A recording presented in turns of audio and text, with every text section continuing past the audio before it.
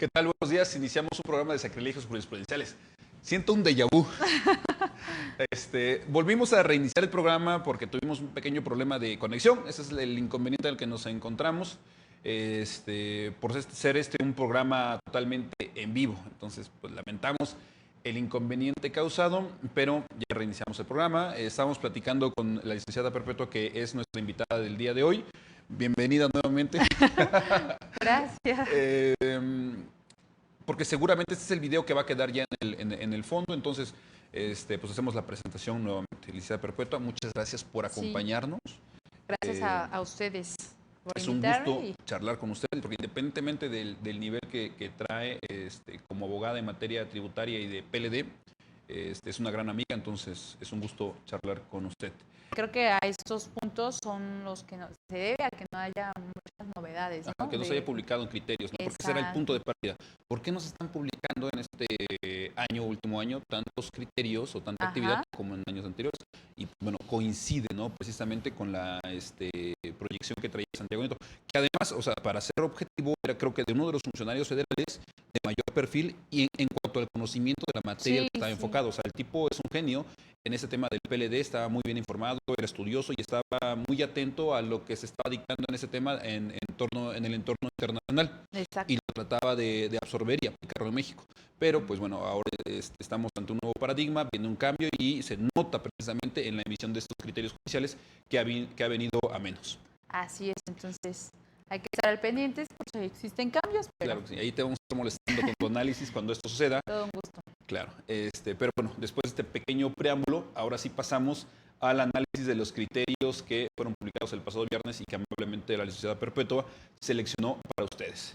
El primero de ellos es respecto del impuesto sobre la renta. Es una tesis jurisprudencial emitido por tribunales colegiados con número de registro 202-66-44 de rubro impuesto sobre la renta. La exención prevista en el artículo 93, fracción cuarta de la ley relativa es inaplicable a la prima legal de antigüedad establecida en el diverso 69, fracción sexta del contrato colectivo de trabajo celebrado entre el Sindicato Único de Trabajadores Electricistas de la República Mexicana y la Comisión de Electricidad, al no constituir un haber de retiro.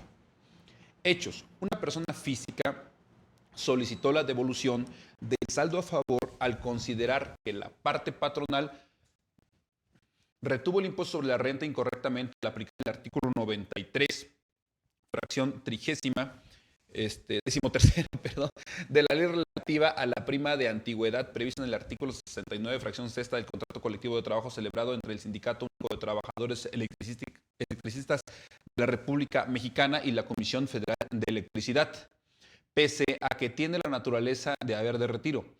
El Servicio de Administración Tributaria se la negó, por lo que promovió juicio de nulidad en el que la Sala Regional reconoció la validez de la resolución impugnada. Criterio jurídico. Este tribunal colegiado determina que la prima legal de antigüedad prevista en el 69, fracción sexta del contrato, es una prestación extralegal que, acorde con su naturaleza, no constituye un haber de retiro, por lo que no se ubica en el supuesto de exención a que se refiere el artículo 93, fracción cuarta de la ley de impuesto sobre la renta.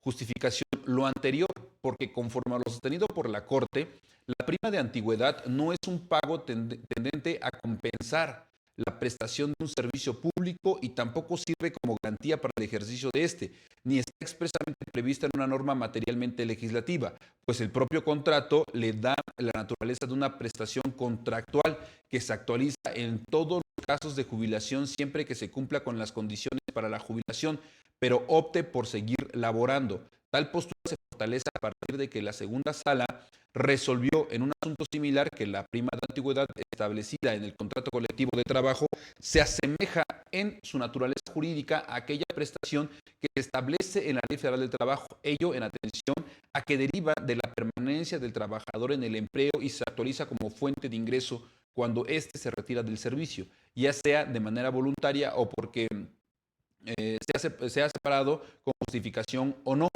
Además de que el derecho a su pago se genera con el transcurso del tiempo que preste sus servicios, en tanto que esa prerrogativa se activa a partir de que se da la separación. Por tanto, no les es aplicable la exención prevista en el artículo 93, fracción cuarta, de la ley del impuesto sobre la renta. Wow.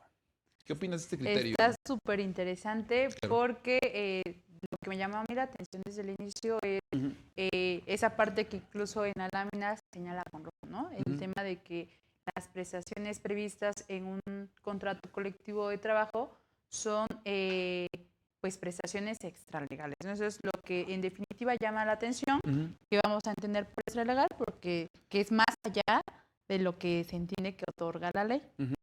Eso es la razón por la cual a mí me llamó la atención esta tesis. Ahora bien, ¿qué es lo que el planteamiento, vamos, que resuelve este colegiado, que realmente es el quien resuelve, es el colegiado que está en el tercer circuito, que es en Jalisco, y el punto que realmente que resuelve es, oye, esa prima de antigüedad reconocida en un contrato colectivo de trabajo es un haber de retiro, y si es un haber de retiro, le aplica esa exención prevista en la fracción cuarta del 93 de la ley del impuesto sobre la renta. Ese es el planteamiento central, vamos, ¿no? Sí. Respecto a ese planteamiento, también es muy curioso que los argumentos por los cuales el operador jurídico, en este caso es el colegiado del tercer circuito, se basa en un argumento que ya había estudiado la segunda sala de la Suprema Corte. En este antecedente que cita el tribunal colegiado, define prácticamente qué es un haber de retiro. Y bajo esa definición de haber de retiro es realmente una prestación que va a ser diversa o diferente y que va a ser realmente para una finalidad, que es para el retiro del trabajador. Pero lo importante o trascendente que en ese antecedente de la segunda sala que cita el colegiado es que para que ese haber de retiro sea reconocido como este concepto, materialmente debe de estar reconocido legislativamente. Totalmente. Es decir, debe estar reconocido en una ley. Siguiendo estos requisitos, que son los requisitos que prevé o que en su momento se pronunció la segunda sala, esos pronunciamientos los recopila o los toma en cuenta el colegiado para su decisión y dice, oye, esa prima de antigüedad que tú estás reconociendo en un contrato colectivo de trabajo no es un haber de retiro porque es la prima de antigüedad a la que se refiere la Ley Federal del Trabajo. Al referirse a una prima de antigüedad que ese derecho se reconoce en la Ley Federal del Trabajo, obviamente no es un haber de retiro y en consecuencia vamos a disponernos a lo que establece el 93, fracción 13ª, que ahí viene la limitación de la exención de esa prima de antigüedad. Entonces, bajo ese escrutinio que realiza el tribunal colegiado, es que dice, oye, esa prima de antigüedad no tiene la naturaleza definitivamente de un haber de retiro y por esa razón no te puede, no, es más, no se aplica la exención que alude esa fracción cuarta del 93 con relación al 171 de su reglamento de la ley del impuesto sobre la renta, que también refiere un poco al tema de la exención por haberes de retiro, ¿no? Entonces, eso es lo que en primer momento, o por esas razones más bien, pues no autorizan, o el colegiado más bien concluye, respondiendo a este planteamiento, que la prima de antigüedad no es igual a un haber de retiro.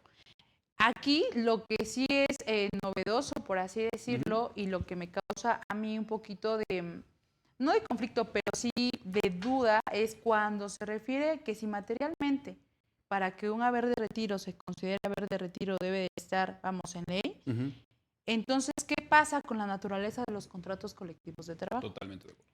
Recordemos, ahora ya nos trasladamos a la Ley Federal del Trabajo, y en temas de contratos colectivos de trabajo, es una reforma que se tiene del 1 de mayo de 2019, si mal no recuerdo, en el cual se hizo una regulación total de los sindicatos, de la legalidad o representatividad o legitimidad más bien de los contratos colectivos de trabajo. Encontramos en la Ley Federal del Trabajo diversos artículos que establecen los requisitos del contrato colectivo de trabajo. O sea, si la ley, particularmente el artículo 391, me establece qué debe contener un contrato colectivo de trabajo, y si nos metimos a lo que en el léxico pues jurídico, extrajurídico, llamamos como el cajón del sastre, en su fracción 391 encontramos las demás que pacten las partes, ¿no? Que es el patrón y el sindicato. Entonces, bajo ese tamiz, considero que ese 391 de la Ley Federal del Trabajo, que regula los elementos o los requisitos que debe contener ese contrato colectivo de trabajo, se limita, o sea, ya es un tema. La Ley Federal del Trabajo, obviamente, estuvo sometido a un proceso legislativo. Totalmente. Todos los artículos que regulan en cuanto a la legitimación de esos contratos colectivos, que con la reforma en materia laboral, esos contratos colectivos tienen que ser pues depositados al Centro Federal de Laboral y en materia registral, se entiende que cumplen ciertos requisitos para poder, para que estos contratos colectivos de trabajo surten efectos, ¿no? Entonces aquí ya estamos que el contrato colectivo de trabajo no emana como tal, como un pacto de voluntades, como lo establece también el colegiado, que dice es que esa prestación, todas las formalidades que la Ley Federal del Trabajo ya le había otorgado. Exactamente, esa prima de antigüedad es un acuerdo extralegal y es un ingreso que recibe el trabajador porque así lo acordaron las partes, ¿no? Pero realmente no debemos dejar de observar lo que establece en materia laboral. En materia laboral encontramos ciertas formalidades, ciertos elementos que fueron autorizados por el propio legislador, ¿no? Por el legislador que, pues, estuvo en un proceso legislativo para la regulación de ese contrato colectivo y, en consecuencia, pues, autorizar todo lo que se puede realizar a través del contrato colectivo. Totalmente. Este criterio sí contiene muchos puntos bastante extraños. Y como tú bien apuntabas, creo que la parte toral de donde nace su análisis es este concepto, o trata de enfocarlo a este concepto de extralegal, buscando precisamente que se le niegue al trabajador la posibilidad de la devolución. El tercer circuito, no olvidemos, ha hecho muchas interpretaciones de renta, de IVA, que son pro recaudación. Si nosotros buscamos dentro de las últimas dos épocas los criterios de materia fiscal, de materia tributaria, de materia impositiva que ha emitido este circuito, todos son en el mismo orden. Y aquí se aleja por completo, hace referencia a un criterio resuelto por la segunda sala, pero toma esta figura de extralegal y lo pone implícito ahí y conduce finalmente a la conclusión de que no es aplicable la exención prevista. Y en consecuencia, el trabajador que está pidiendo la devolución no va a tener cantidades que le sean devueltas. Así es. De hecho, también algo curioso es que, creo que no omitimos mencionar que este criterio emana del amparo directo 235-2019, que efectivamente resuelve el colegiado del tercer circuito. Pero algo curioso que realiza es que en el contenido de la sentencia, cuando refiere de que es que la prima de antigüedad, o de su premisa, la prima de antigüedad es una prestación extralegal, no respalda su premisa con un fundamento o con un tema que le dé soporte a ese argumento. Totalmente. Entonces, al no argumentarlo, es como bien lo refieres, únicamente para poder decir, ¿sabes qué? Esa parte de las prestaciones extralegales, o sea, todo lo que te otorgue a ti el patrón a favor por un contrato colectivo de trabajo es extralegal, y entonces nos vamos a apartar de la legalidad de lo que refieren otras leyes. ¿Qué otras leyes? Pues la ley del impuesto al valor agregado, la ley del impuesto sobre la renta o algunas otras leyes, claro, ¿no? Porque pareciera utilizar este concepto de extralegal a que escapa de la ley, que no se encuentra dentro del marco normativo, tanto de la ley del impuesto sobre la renta como de la ley del trabajo. Es exactamente lo contrario, se encuentran dentro de la ley, incluso dentro del propio contrato se le denomina de esa forma, buscando precisamente recalcar esa formalidad legal que la propia ley del trabajo reconoce. Y no hace ningún análisis de dónde viene respaldado esas cantidades que se están otorgando a los trabajadores dentro de la propia ley federal del trabajo, porque entonces hubiera sido un poco difícil tapar el sol con un dedo y decir, es que esto es extralegal, cuando realmente no, es una cuestión totalmente legal que la ley federal del trabajo está reconociendo a favor de los trabajadores. Porque este mismo escenario lo visualicé en un tema Sí. o una relación laboral sin un sindicato. Pensemos en un Exacto. contrato individual del trabajo que el patrón le otorgue una prima de antigüedad mayor a la que prevé la ley, porque Claro. debemos recordar que la Ley Federal del Trabajo establece los elementos mínimos en materia de protección a los trabajadores, Sí.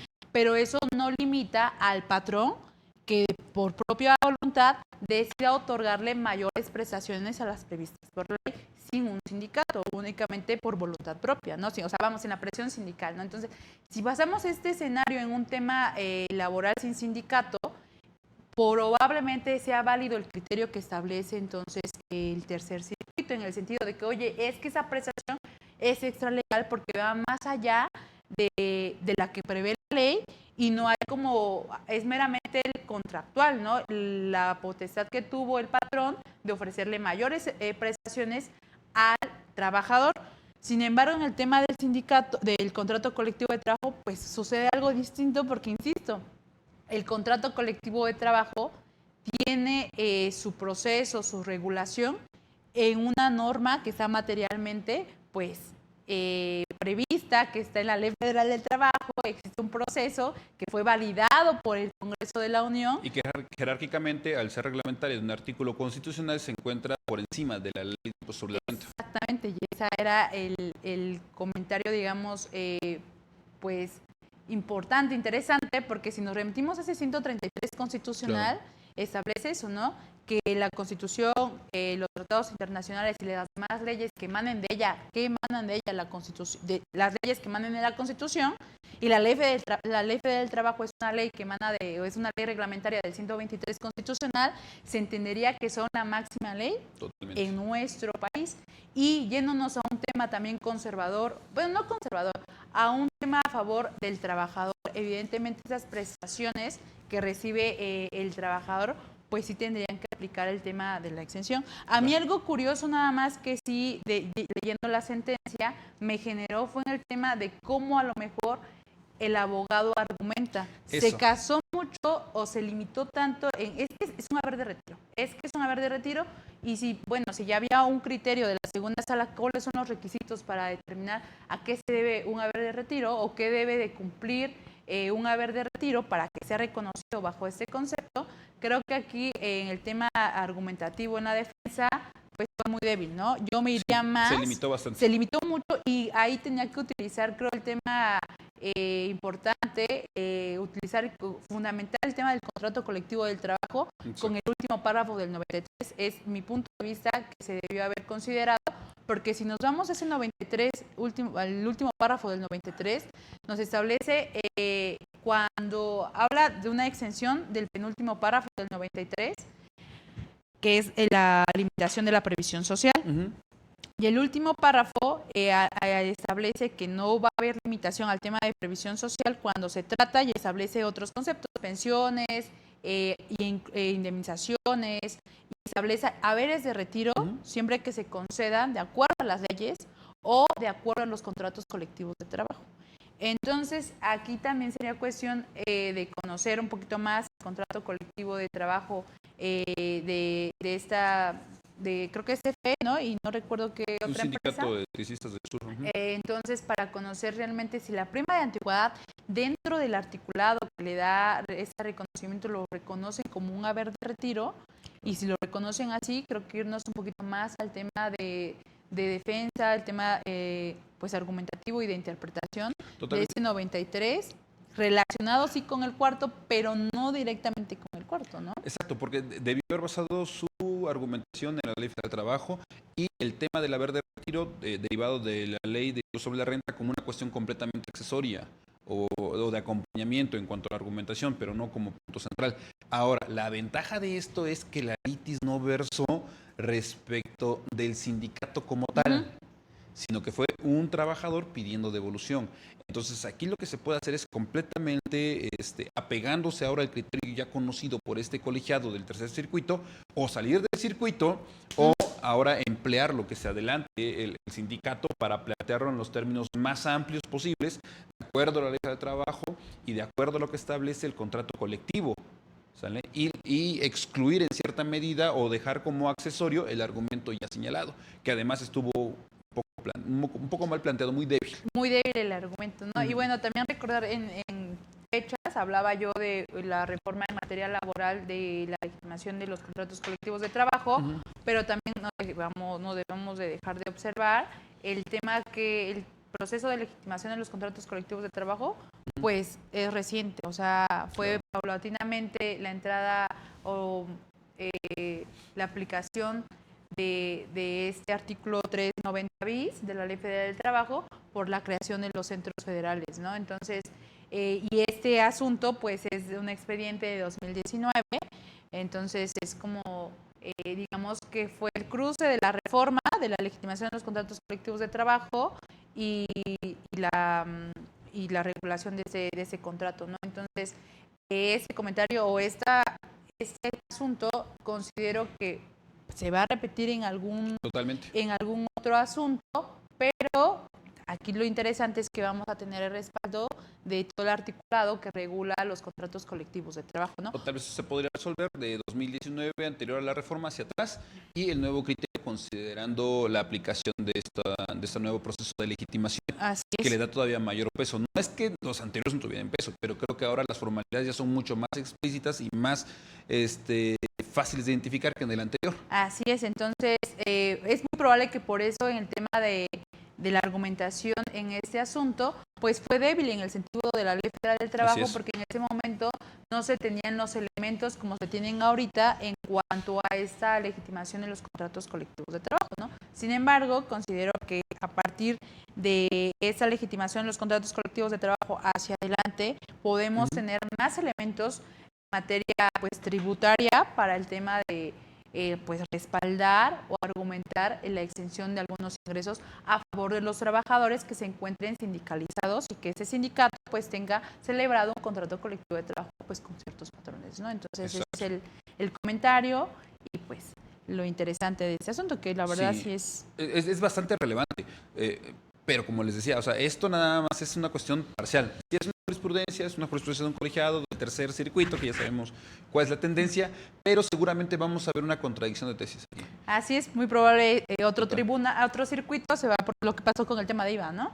Que otro circuito se pronuncie a favor del trabajador y pues ese asunto va a llegar a la Suprema Corte. Dicen el clavo con eso, le quitaste toda la importancia a lo que pasó. Seguramente la segunda sala en algún momento va a absorber esto y va a resolverlo. Lo que sucedió en el tema de IVA fue que dejó totalmente a un lado el argumento y ella emitió uno propio.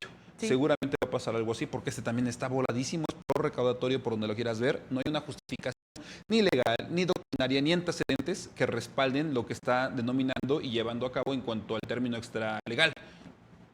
Entonces, o sea, lo interesante es definición de haberes de retiro, que es un criterio que únicamente realiza la propia segunda sala. No es un tema que esté definido como el tema de previsión social en ley. Exacto. Otro tema interesante que se rescata es esas pues prestaciones extralegales, y un tema que queda pendiente en ese asunto es pues ver si todas las prestaciones que se decretan en un contrato colectivo de trabajo son materialmente válidas, ¿no? Por el tema del proceso legislativo que considera pues un criterio de la segunda sala para efectos de que se consideren haberes de retiro, ¿no? Entonces es interesante, hay que estar...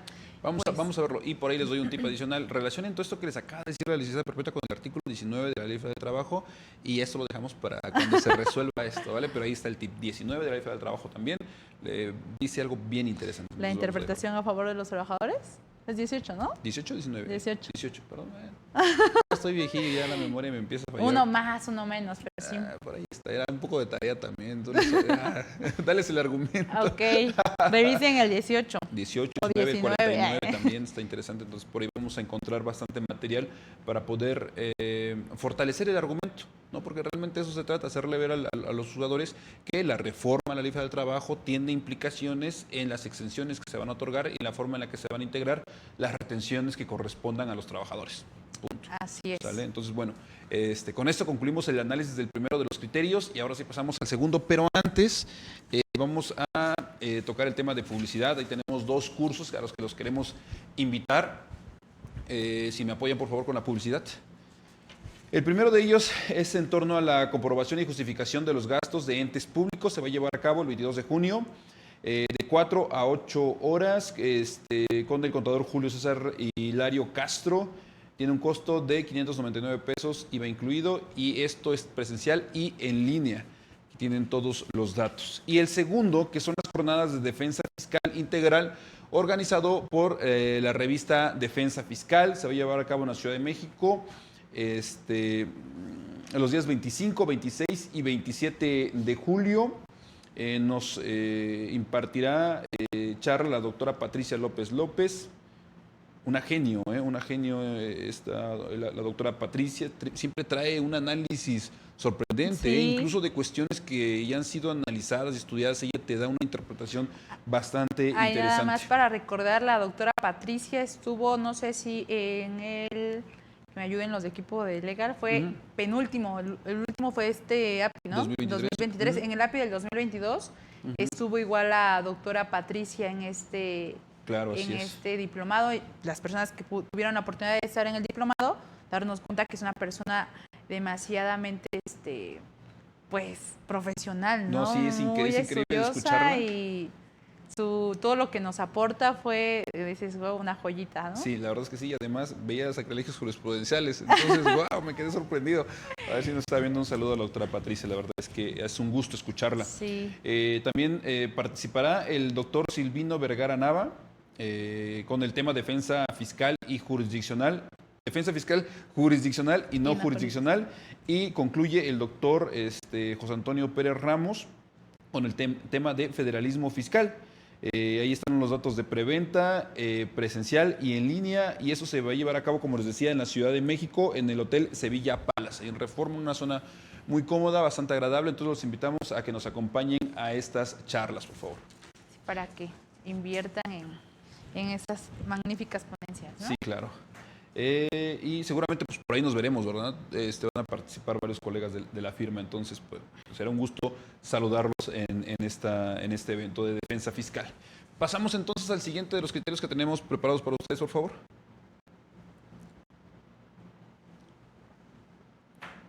A los colegas de Legal, si nos están escuchando, porfa. Ya se durmieron. Ya se durmieron. Nada, como creen, ahí están pendientes. Tesis aislada con número de registro 202-6616. Esto es de un tribunal colegiado de circuito con rubro bloqueo o restricción. Se me encanta. Bloqueo o restricción de cuentas bancarias. No es un acto de autoridad para efectos de la procedencia del juicio de amparo cuando la institución financiera lo realiza con base en las cláusulas del contrato que celebró el usuario. Hechos. Una institución financiera realizó el bloqueo de fondos de una cuenta bancaria porque consideró que se realizó una operación probablemente fraudulenta. La persona usuaria promovió juicios de amparo indirecto contra dicha restricción, donde señaló como autoridad responsable a la institución bancaria. La persona juzgadora de distrito concedió... Qué raro que lo llame así, la persona juzgadora de distrito concedió el amparo a la parte quejosa, pues estimó que el banco excedió el plazo para resolver lo conducente.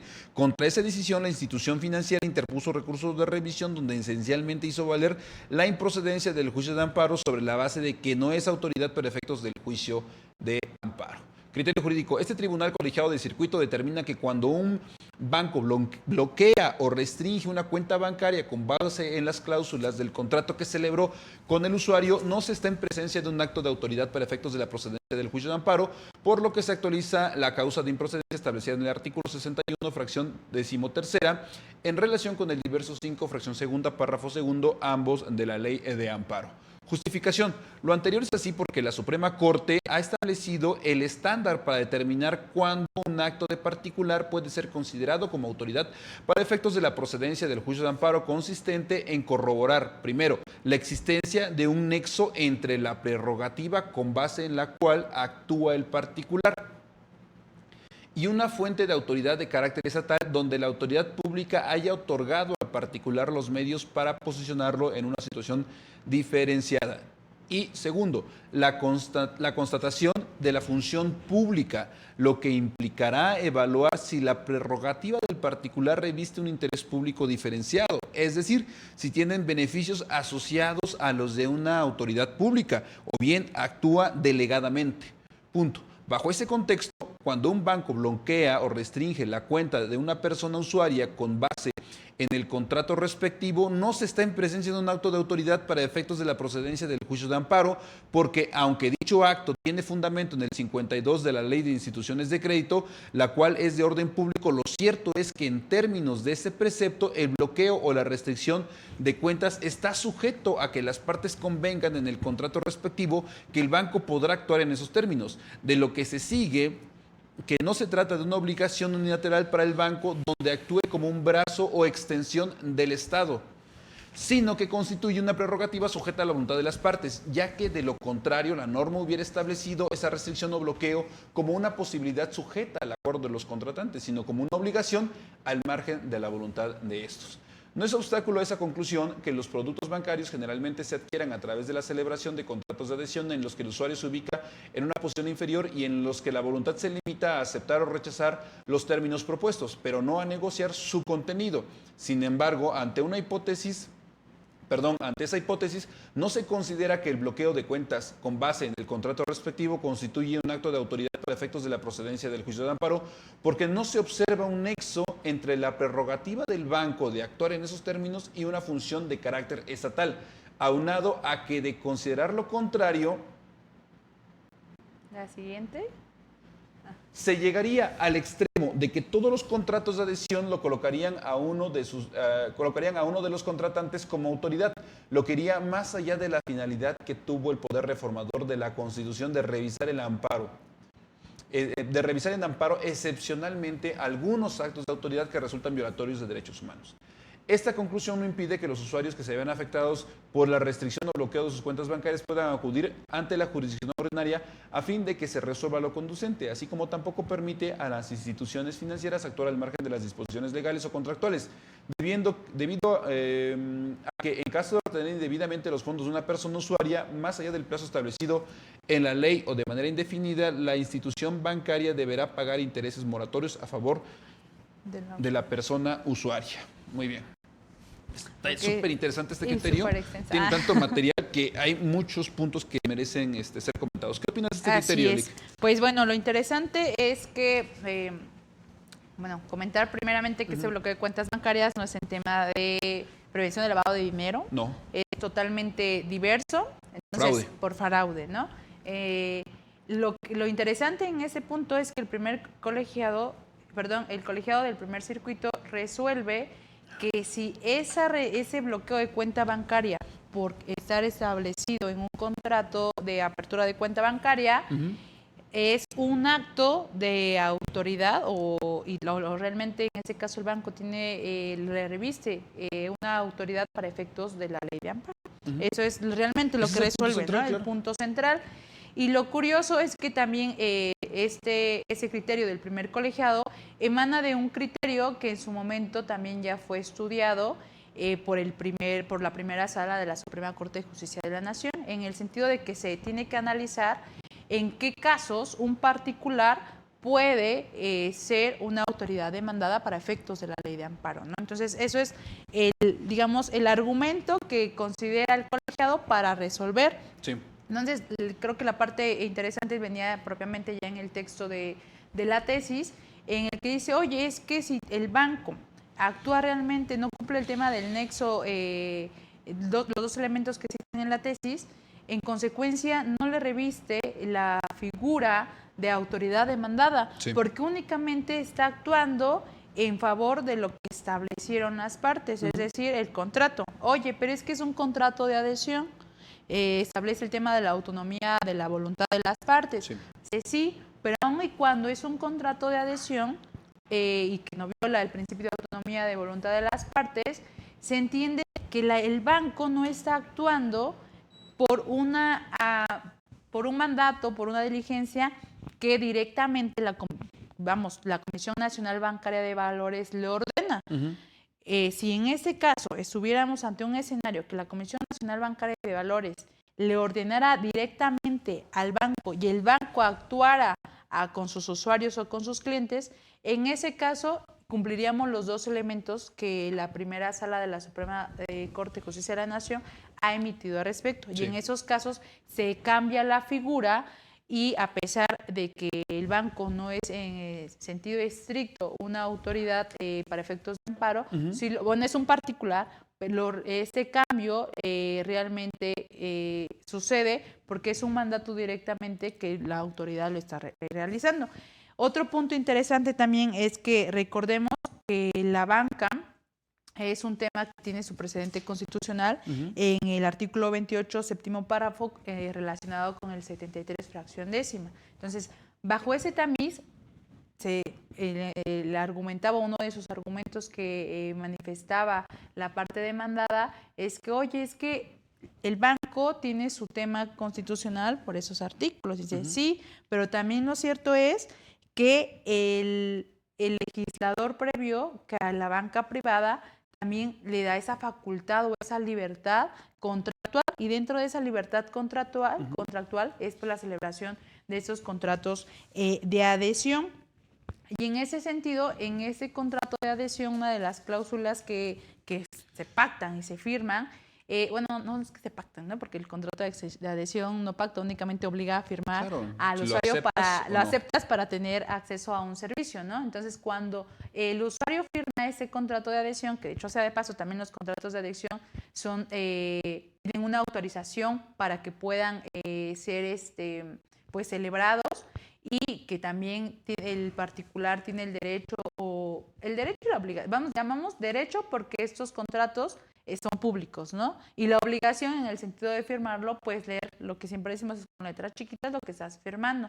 Entonces, dentro de ese contenido de ese contrato se pactaba, oye, el artículo 58 de la Ley de Instituciones de Crédito establece que tú autorizas, vamos, el tema de la firma digital con todas las operaciones que tú realizas. El banco, si tiene o identifica algún abuso o que no se justifican esas autorizaciones, pues puede bloquear la cuenta bancaria por tener indicios, vamos, de la posible comisión de un delito. ¿Qué delito? El del fraude, ¿no? Claro. Entonces, bajo ese tamiz es que existe la obligación contractual, que es ese contrato de apertura de cuenta bancaria, que el banco, en cumplimiento a esas cláusulas, pues realiza una acción. ¿Qué acción? La que ya les comenté. Y ante ese escenario se entiende, o lo que establece también el primer circuito es, oye, es que no hay una afectación propia de derechos humanos de manera inmediata para que tú te vayas directamente al juicio de amparo. ¿Por qué? Porque la regulación de los contratos de adhesión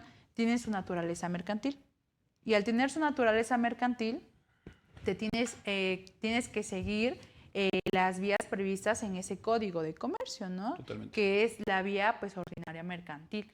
En ese sentido, el usuario que tuvo esa afectación, pues, se tuvo que agotar, en este caso, el tema, pues, de la vía ordinaria, ¿no? ¿Por qué? Porque definitivamente, pues, el banco no actúa directamente por un ordenamiento, por un mandato, por una autoridad, o esa acción que realizó en perjuicio del usuario no es una facultad o no es una delegación que le emitió una autoridad administrativa, por así decirlo, que puede ser la Comisión Nacional Bancaria de Valores, y que no estuvo prevista en ese contrato. Cosa diferente hubiera sido que el banco hubiera actuado en un tema totalmente diverso a lo previsto en el contrato de adhesión, por un mandato o por una indicación que le tuvo que haber dado la autoridad. En esos casos, ahí sí cumplen los elementos que emite la primera sala, que es ese nexo y la constatación de la función pública, ¿no? Claro. Al cumplir esos dos elementos, ya reviste el banco como autoridad demandada, ya hay, vamos, una afectación.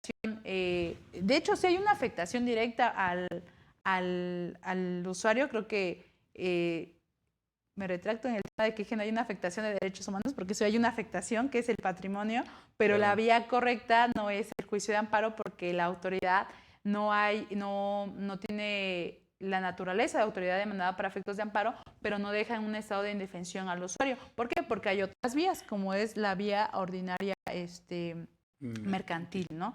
Mira, aquí, perdón que te interrumpa. Sí. Creo que aquí habría que separar una situación de temporalidad. Por ejemplo, el banco a través de sus sistemas puede detectar cuando una operación es inusual o es posible que se esté llevando a cabo un fraude, como se señala aquí. Y en ese momento puede congelar los fondos de esa cuenta bancaria, ¿no? O a ese usuario en particular. Sí, y eso está en el convenio de adhesión que se celebra a la institución financiera. Pero el punto aquí que me hace analizar dos situaciones completamente distintas. En esta primera que comento, no hay una violación de derechos fundamentales porque está reconocido en el contrato de adhesión que para evitar fraudes tiene esa facultad del banco y tú al firmarlo te adhieres al mismo. Sin embargo, aquí el punto es que en los antecedentes se señala claramente que excedió del término. O sea, el banco realiza el aseguramiento de los fondos de la cuenta bancaria y excede del término para liberarlo. Y es ahí donde ya está actuando como una autoridad que está presuponiendo, prejuzgando que se trata de fraude, sin que exista ese proceso que determine que efectivamente se trata de una situación fraudulenta. La pregunta sería, oye, entonces, ¿cuándo me vas a liberar? No, pues es que no sé. No, o sea, se va a quedar ahí congelado porque era una situación fraudulenta. No es fraudulenta porque te estoy demostrando, estoy acudiendo ante ti, te estoy pidiendo que liberes mis fondos. Entonces, al negarse en esa circunstancia es cuando escapa completamente el primer supuesto. Okay, ya estamos en una situación completamente distinta. Ahora, aquí se puede establecer un juicio ordinario mercantil sin ningún problema. ¿Qué es lo que está pasando? Un tema de violaciones a derechos fundamentales donde el juicio de amparo, por el tema de la temporalidad de la resolución o el dictado de una suspensión provisional o definitiva incluso, pueda actuar en mejor medida en la protección de los derechos fundamentales. Y es ahí donde sí cabe la posibilidad del juicio de amparo.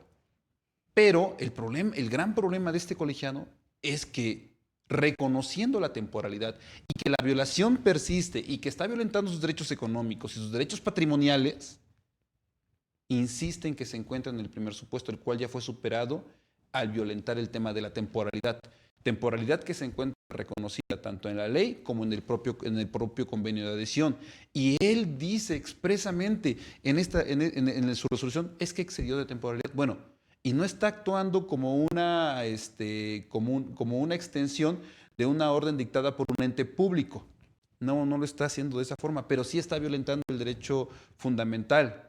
Y ahí está, y él mismo lo está reconociendo. Entonces, es ahí donde efectivamente cambia la situación y, en mi perspectiva, la concesión del amparo, que sí se otorgó en un primer momento, o sea, no sé si les dieron suspensión provisional ni definitiva, pero seguramente así fue, les dieron la concesión del amparo y hasta ese momento la autoridad todavía trata de llevarlo a un tema de revisión, pero nunca demuestra que incluso teniendo el derecho de acción de acudir ante una autoridad competente y denunciar el fraude, no lo hace. ¿Por qué? Porque si lo hubiera hecho en esos términos, se sobresee el juicio. Sí. Existe fraude, ya se está resolviendo y no lo hace. Entonces, realmente no hubo una situación real de fraude donde la institución financiera puede decir, mira, existe el fraude, yo lo detecté en tal fecha y en tal fecha presenté la denuncia por fraude y ahí está. No, porque además en situaciones fraudulentas, obviamente el titular o la persona que se maneje como titular o los datos que se manejen respecto al titular nunca va a acudir a demandar esos fondos, ni mucho menos va a acudir a solicitar el amparo y aportar pruebas y aportó su convenio, su identificación, todo. Se va. No hay fraude, o sea, realmente no hay una situación de fraude. Está buscando el amparo y protección de la justicia federal, se le concede en una primera instancia y después el recurso de revisión pareciese un chiste, señalando los requisitos que estableció en algún momento la primera sala, cuando esos requisitos son generales. Aquí estamos hablando de una situación sumamente específica, donde efectivamente hay un usuario y un gobernado al que no se le permite acceder a disposición de su patrimonio. ¿Sale? Y violación además al 28 constitucional y además, dice, está actuando en concesión de carácter público por la Ley General de Instituciones de Crédito, artículo 52. Lo está reconociendo y dice, no, y aún así no hay violación. O sea, dice, sí es una ley de orden público, ¿no? Es la que establece el 52 de la Ley de Instituciones de Crédito. De hecho, aquí, para aportar a lo que comentas, es muy curioso esas medidas preventivas que realizan las instituciones bancarias, porque aquí realmente es un tema meramente presunto, por lo que lo comentabas muy bien en el tema de que es que el banco tiene una tecnología que puede identificar todos los movimientos, claro, las transacciones para conocer los perfiles de los clientes o de los usuarios, ¿no? Y con base a esos resultados atienden a sus medidas preventivas que establece propiamente sus contratos, sus manuales y demás. Pero, bueno, restringen, bloquean y hasta ahí. Claro. Y definitivamente sí dejan un estado de indefensión al usuario, porque con independencia de que existe un juicio ordinario mercantil, existe el problema. ¿Cuál es el problema? En lo que dura el juicio, ¿qué hago yo con mis recursos? Claro. ¿Qué me garantiza que el tema de lo que conocemos en amparo, pues la suspensión, el otorgamiento de la suspensión? Y también me hace como curioso, y en los antecedentes yo no pude identificar, que en su momento probablemente sea en el tema del amparo, que se hayan ido al tema, al amparo y no directamente al juicio ordinario, por un tema de la excepción del principio de definitividad. Totalmente. Decir, oye, sí es mercantil, sí lo regula el Código de Comercio, sí la vía correcta sí es el juicio ordinario mercantil, pero oye, ¿qué crees? Acudir al juicio de amparo me acorde mayores beneficios porque acorta el tema de la suspensión, ¿no? Sí. Que es una de las excepciones del principio de definitividad. Y bajo esta temática, pues ahora sí atraigo el amparo con independencia de que ya no vamos a irnos por el tema de la autoridad. Aquí ya nos iríamos por un tema de excepción al principio de definitividad. Oye, sí, ya me dijiste que el banco no es una autoridad demandada para efectos de amparo, está bien, te la compro, pues. Total. Pero ahora el otro elemento es, desde mi punto de vista, sí irnos al amparo por el tema de los fondos para que nos otorguen la suspensión en lo que dura el juicio mercantil, irnos al amparo, agotar este medio constitucional por el tema de la excepción del principio de definitividad para el tema de la suspensión, ¿no? Claro. Es algo parecido a un criterio que se resolvió, no recuerdo si fue un colegiado, pero no recuerdo cuál, de qué circuito, en el tema de que antes de agotar al juicio contencioso administrativo, puedes irte al amparo por el tema de los plazos del otorgamiento de la suspensión y del mayor beneficio. Aunado a esto, pero ya hay muchos criterios jurisprudenciales en cuanto al aseguramiento precautorio de cuentas bancarias. Eso ya está súper resuelto. O sea, es imposible que el colegiado que haya dictado este criterio desconozca la inconstitucionalidad de cualquier tipo de aseguramiento precautorio donde se presuma alguna violación a la ley. Eso no puede ser, ¿sale? Si por el sistema del banco, que sus algoritmos detectan determinadas actuaciones de los particulares que son relativos al fraude, en ese momento se tienen que congelar, bueno, no pueden permanecer congelados, porque eso fue lo que pasó, y por eso va al amparo, porque permanecieron congelados a pesar de que el contribuyente seguramente sí acudió y demostró que eran unas actuaciones o actividades relacionadas con su comercio, su objeto. Y que no era fraude. Y que no es un fraude. Ahora, el hecho de pensar que en este caso en particular sí se le concedió el amparo al gobernado, en ese momento él dispuso de los fondos y seguramente tuvo la oportunidad de retirarlos para poder cumplir con sus obligaciones. Pero el bloqueo continuó una vez resuelto eso y sigue en tema de defensa. Entonces, ¿dónde está el fraude? O sea, el contribuyente ya retiró los fondos y aún sigue en tema de juicio. Aún está sujeto a una jurisdicción pendiente del dictado de una sentencia que causa Estado. Entonces, ¿dónde está el fraude? O sea, si está ahí, le está diciendo no es fraude, no soy fraude, no, sí es fraude. Por favor, o sea, aquí esto ya es una cuestión completamente absurda, innecesaria. Por parte de este colegiado, la verdad es que sí me causó bastante molestia, porque pues imagínense un pobre empresario, o sea, que se quede sin cuentas bancarias un año, ¿qué le va a pasar a esta empresa? No, pues no paga nómina, proveedores. Es imposible, no cumple con los requisitos que el propio Poder Judicial le está imponiendo a los gobernados de que para que tengan efectos tributarios debe realizarse a través del sistema financiero. Entonces, ¿no está actuando en una extensión del Estado? ¿No está limitando los derechos fundamentales, el cumplimiento de sus obligaciones? Definitivamente sí. Entonces, aquí esta tesis sí está malísima. De hecho, esta tesis, ¿sabes a qué asuntos me recordó? Cuando en su momento, antes de los criterios que ya hemos analizado en el tema de bloqueo de cuentas bancarias por temas de prevención del lavado de dinero, Sí. cuando el banco, por voluntad propia, te cancelaba las cuentas, ¿no? Entonces era, ¿sabes qué? Mira, acá está el cheque de retiro de fondos. Vámonos. Y la cancelación del contrato, vámonos. Y que pues varios empresarios, pues directamente se fueron al amparo, ¿no? Sí. En el amparo, pues ya conocemos el tema, que dijeron, ¿sabes qué? Pues nada más el banco va a ser se va a considerar como autoridad para efectos de amparo cuando actúe, no es cierto. Ese criterio fue de, ok, es válida el bloqueo de cuentas bancarias cuando el bloqueo sea por un ordenamiento de una autoridad internacional.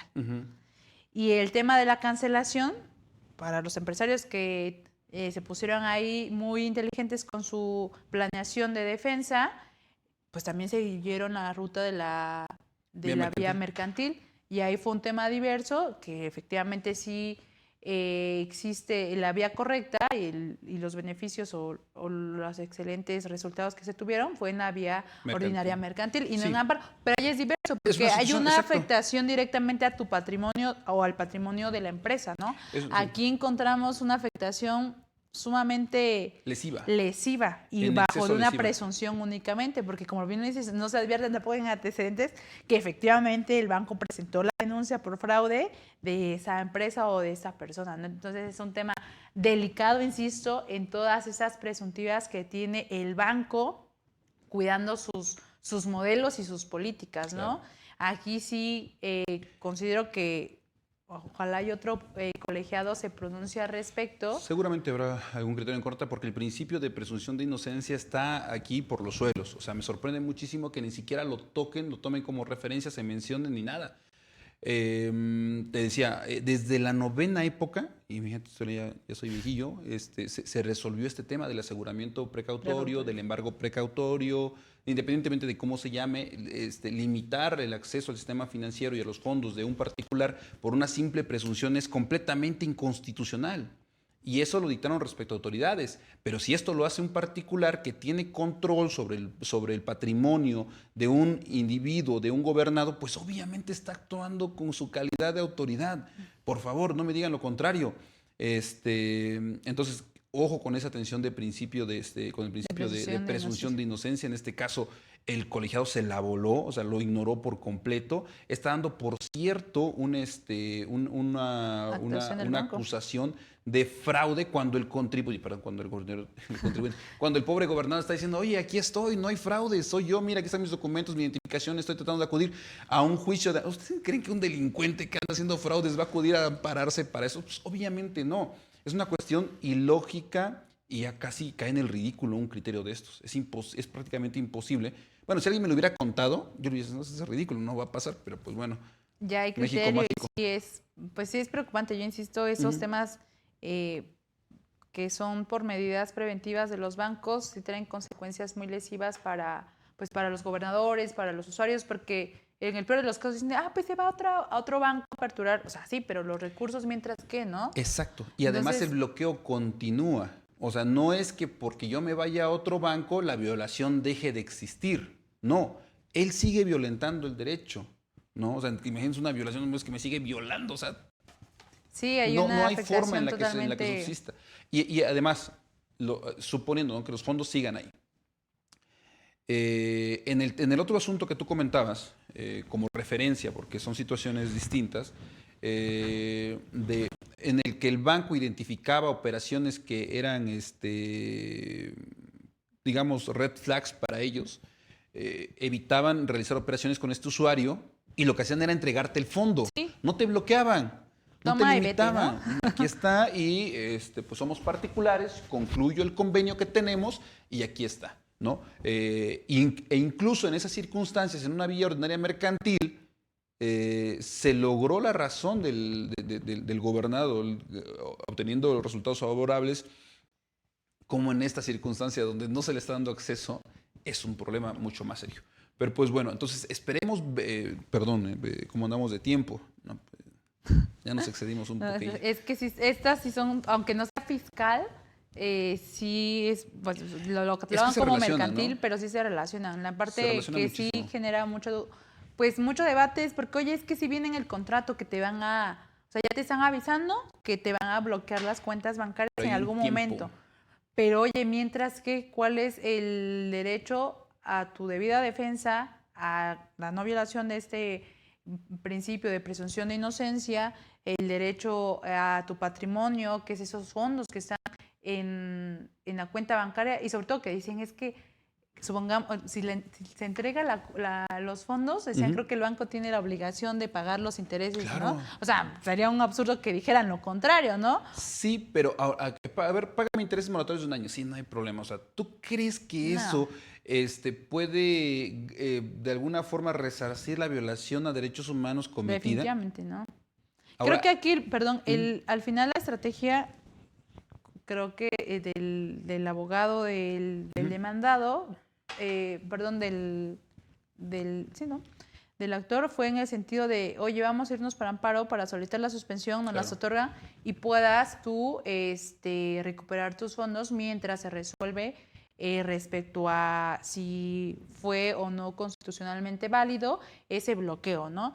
Creo, y ojalá y así haya sido, que Ujú. sí se le haya otorgado la suspensión al Seguramente, ojalá que gobernado. sí. Si le otorgaron el amparo, es definitivamente considero que sí Tuvo acceso a los tuvo fondos. acceso a los recursos vía suspensión. Entonces, creo que la línea de defensa que llevó para recuperar los fondos, pues fueron válidos, fue bueno porque obtuvo al final estos recursos. Pero eso no quiere Pero decir no, que las actuaciones del banco sean constitucionalmente válidas, porque ya lo dijo este primer circuito en el sentido de que el banco no es una autoridad demandada y podrá bloquearte tus cuentas bancarias si tiene la presunta, el presunto hecho de que te aquí estás se demuestra realizando que sí. O sea, obligaciones. precisamente es eso, ¿no?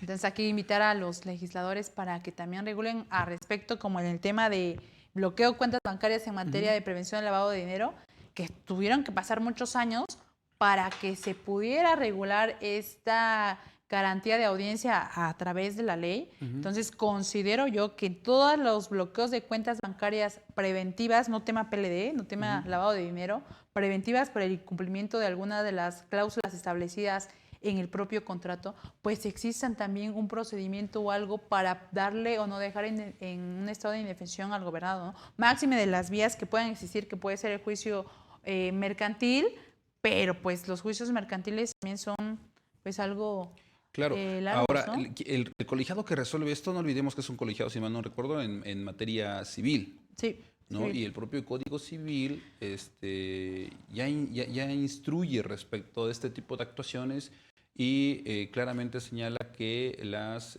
manifestaciones que sean contrarias a la ley se tendrán como no puestas. O sea, esto es obviamente contrario a la ley. ¿Cómo puedes presumir la culpabilidad de una persona y que esa culpabilidad subsista aún y cuando te esté demostrando que no es fraude? Sí, O sea, y no hay una sentencia que lo determine de esa forma. Y aunque existiese una sentencia, no es el proceso que se debería sí, seguir. porque tendría que ser definitivamente por el tema penal, ¿no? Claro, así es Existen correcto.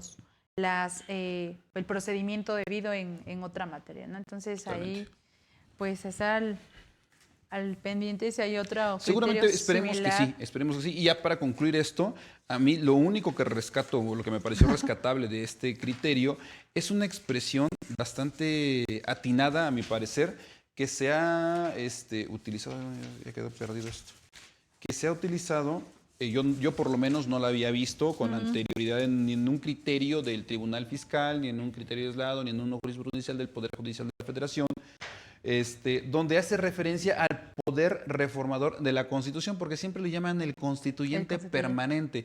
Y a mí me parece no sé, cada que lo escucho me da cringe que alguien lo diga o que lo escriba, porque pues, no hay un constituyente permanente. Por favor, el constituyente se reunió, realizó la Constitución y se disolvió. Y de ahí viene exactamente el poder reformador de la Constitución Así que es. pues tenemos en nuestra propia Carta Magna, el proceso para poder modificar la Constitución, ¿no? Pero no es un constituyente permanente, por favor. Tache para el Tachísima. Esta es primer la única colegiado. buena que le sacaron y ojalá se la copien porque realmente creo que es importante el asunto de la terminología que se está utilizando, porque Si tú empiezas a utilizar esta terminología de constituyente permanente, bueno, el gobernador va a tener la idea de que el poder legislativo que tenemos en la actualidad es un constituyente permanente y que en consecuencia puede seguir actuando de la forma en la que lo hace un constituyente, que no es así. No es así, ¿Sale? La actividad legislativa que se registre en esta legislatura debe ser acorde con los principios que sí estableció el constituyente permanente. ¿Sale? Pero pues bueno, esa era la última. Es una cuestión más teórica, doctrinaria, que propiamente práctica, pero me pareció sumamente atinada la denominación que están utilizando en este criterio. Tache para los demás, palomita para el primer colegiado. Muy bien. Pues mis Sale, estimados vale. acrílegos, con esto concluimos el análisis de los criterios del día de hoy. Solamente analizamos dos, pero creo que los dos que comentamos son muy Sí, buenos, muy muy buenos. interesantes. Les van a dejar bastante respecto de lo que se tiene que analizar en la actualidad, porque esto es importante nada más mencionarlo como si... Y replantear también el sentido de defensa, creo, es lo importante de Exacto. estos criterios. O sea, ya vimos cuál es el criterio de estos colegiados y cómo cambiar el sentido en otros, a lo mejor yéndonos por otro tema para que nos puedan dar resultados favorables, ¿no? Y Perfecto. criterios un poquito de mayor beneficio para los gobernados. Exacto, no casarnos con una idea argumentativa y basar esta en toda la demanda, ¿no? Sino al contrario, Así es. tener varias líneas argumentativas para lograr ese convencimiento dentro del Poder Judicial de la Federación. Pero pues bueno, licenciada Perpetua, muchísimas gracias, como siempre No, un gustazo gracias charlar contigo. a ti y a todo el auditorio, ¿no? Muchas gracias también a los colegas de Legal Cloud por apoyarnos, incluso atendiendo estos pequeños bemoles de las transmisiones en vivo con la falla que tuvimos en internet. Una disculpa por ello, pero nos vemos el próximo martes, como siempre, a las 11:30. Me despido, muchísimas gracias por todo. Que la justicia de la Unión los ampare y los proteja. Nos vemos pronto. Hasta luego.